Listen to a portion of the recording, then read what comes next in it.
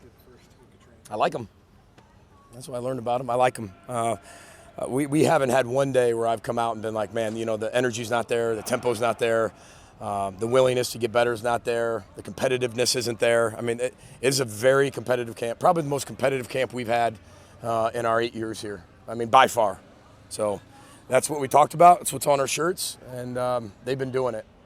A lot of guys got a ton of reps today. It was about 150 reps in practice today. Maybe one of the most amount of reps we've ever had in a practice. But we have to get that in, especially early. And, it wasn't 150 in the live stuff, but throughout practice, and then probably about 50 to 55 plays that were live, which really helped us. What do you like about doing the night practice before the game? First of all, it's about creating a little bit of pressure. We talk about the attention to detail. That's one thing within the fundamentals. And then you have to be able to plug that into a scheme, and you practice that. But then to be able to plug in a little pressure of the situation. Lights on. I told them this is the end of the first quarter, middle of the second quarter, or start of the second quarter. There's fans here. There's a little added pressure 5 days into camp. You can't get that fast enough. And just appreciate everybody showing up, dropping off the diapers. So many families in need right now. And just can't tell you how much I appreciate our fans doing that and dropping off a bunch of oars as well. So overall, really good day. It seemed the defense rebounded in the second half of the practice today. Yeah, I mean, the good thing is if it's going back and forth, I'm usually enjoying practice. If it's one-sided, I'm not enjoying it very much. And there was plays made on both sides. Really liked the competition. We were pulling guys in and out of here, putting them in different situations, moving guys around. But I liked it. I thought for the most part it was pretty give and take and a lot of good battles. You talked at media debates about wanting to be more explosive offense, defense, special teams. From what you've seen and through the first week, do you think you can be? I think we can be. I definitely think we can be. We're going to do what our players say they can do, and that's what this is about, finding out what we can do. Part of today is, we've only had 5 days. We have first, second, and third down installed. Green zone still hasn't even been in yet. And we get down here in the green zone, they're all kind of like looking around. And we just kept going, and just figure it out. We'll install that as it goes. But for the most part, you're just you're looking at more execution at this point. You're not looking at, hey, game planning our defense, but you're looking at how well do we execute. You're setting an identity and a mentality into your football team this early, and I think we accomplished that today. You look like you used Coy Parrish in several different ways. What do you like about him so far? He loves football. I love Coy. I mean, he loves football. He's always got a smile on his face, ultra competitive. He wants to be coached. I think that's hard to find in 2024. Guys that really want to be coached, want to grow, get them to a limit, get them to be able to break that wall down, get them to tomorrow and get them to change their best. Coy's always willing to do that. We're putting him in a ton of spots. As a coach, you wish you would have came in January at the end of the day. Like, you'd love to have him earlier, but he's made up so much ground already. I like where he's at. He's got a long way to go. Trust me, he's not ready to play right now, but he's got a long way to go, but we're putting him in that position. That's talking about all those guys we're playing right now. He's one of them. What's your first impression of a healthy Marcus Major? Yeah,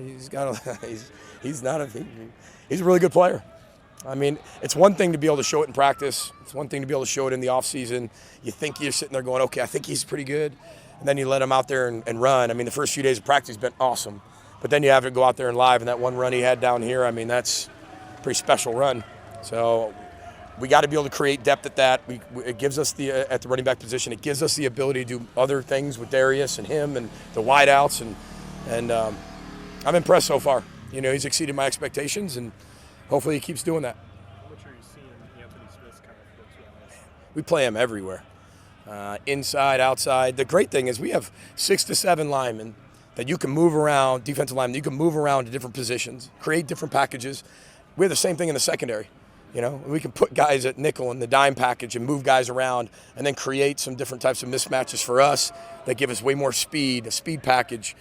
We got a lot of things that people are going to have a hard time, I think, being able to keep a beat on who's in there, what we're doing out of certain personnel groupings. But Anthony allows us to do that. I mean, he's had a tremendous offseason. Again, another guy who loves football, who's really coming into his own.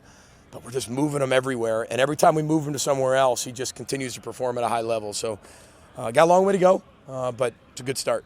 Where do you feel Max Brosmer has improved just this week? Just consistency. I mean, being able to take all the things we have in. Remember, I said first, second, and third downs in. It's just technically 5 days into camp. All that's in. And not saying we're running all of it, but all of it's in. And for him to be able to take the protections to a different level, I'm really proud of him for that. The leadership point, we're pushing him to see what he can handle and then getting him to a point where we get him to fail too. The hard part is getting him to a point where he can fail because he is very good. He thinks differently. He's really smart. He can apply a lot of things and a lot of tools at the line of scrimmage, which he's doing. So, we just got to keep getting him to fail, grow, fail, grow, fail, grow. But he's really connected this football team, and you can tell. Coming out of Indy, you talked about short passing game, checkdowns, and things like that. Why was that something that you saw here today as well? Why was that an emphasis for you guys? Well, it's just implementing our running backs into the pass game. It's one thing to run the football, and I think that when you look at our styles of running backs over the years, Muhammad Ibrahim, he could handle 35, 40 carries a game. And it was, okay, this is coming. This is coming. This is coming. Fun for me, maybe boring to you, but really fun to me because you know exactly what you're going to get out of that. What we have the ability to do now is throw the ball to run the ball. As long as we're consistent in catching the football, we can throw the ball to run the ball. We can move the ball just like a run through the air.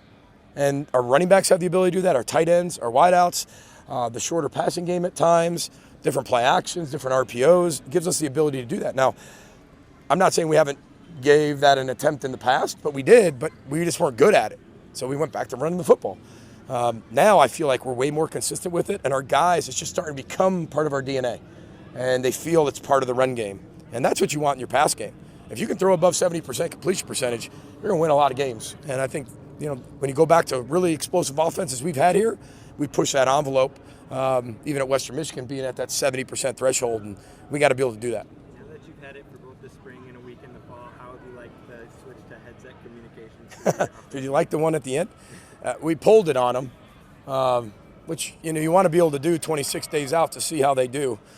So, Greg's up there calling plays, and then all of a sudden, there's nothing. And you have a plan for it. And then you have your backup quarterback in there when you do it. And that's like, see how he handles it. You saw how he handled it. We didn't know, it's the pressure of the situation. But now he knows, and now he'll take the next right step. But it was really good for us to be able to pull that, eliminate that. Then it turns back into high school. You got to run to the sideline, get the play. Can't just sit there and say, I don't know what to do. We have a plan for it, but under the pressure of the situation, can you perform it? So glad that happens 26 days out, and now we can keep working on stuff like that. Do one or two more for Coach? What's the ceiling or prospects for Ja here this year? Sky's the limit for him. The more he puts into things, the more he seems to continue to get out of it. He's fun to coach, fun to be around. He's a heck of an athlete, and he's allowed us to be his size, length, and his work ethic in the offseason, dedicating himself to his body. He's gained he looks better. He's gained weight. He can play better, more efficiently on first and second down, but he's so explosive, guys. He can do so much, and he's so long, which creates so many problems when he is violent. And that's the thing. If he can continue to be violent with his hands, with his strike, in the run game, in the pass game, and then condense himself as well, he's going to be really, really good. So sky's the limit for him. Can't wait to see what he does, but he's gotten so much better. So I'm proud of him for that. What have you seen out of Jackson Howard so far? Jackson's been, you don't know. I haven't coached him before. I recruited him, but recruiting him doesn't necessarily mean that you know what he's like when you coach him. I've been pleasantly surprised. I knew he was a great kid. I knew he had great work ethic, but I've been pleasantly surprised by Jackson of how he's been able to come in here, work, how he's been able to mesh with our football team, the coachability of him. The way he sprints off the field. He's all the culture all the time. If he keeps doing that, he's going to have a lot of success here. He's got to keep learning. It's new for him. But he's on that fast track to learn what we do here, and if he can learn that pretty quickly, he'll help us. Is the beard going to make it to North Carolina? Well, according to Heather, no. She hates it. It's definitely gray. Makes me look older than I am, which I'm pretty old. But I got some patches. But I said if I just color it with Sharpie, you won't be able to see the patches anymore. So I don't know. We'll see how many more days it lasts. It's not up to me. I could care less. We're in training camp. It's like the hockey playoffs. You just let it go. But I don't know. We'll see. And when you do see me shave it, then it was time where Mama said no more. So. Sky blue suit again before the UNC game? That was a good promotion for the game, wasn't it? It was a good promotion for the Gophers and the Tar Heels. We'll see. Don't want to keep it. We'll switch up the suits. So. All right. Thank you, Coach. Thanks for coming, everybody. Appreciate it. Row the boat, Sky, Mal, go Gophers. Thanks for coming.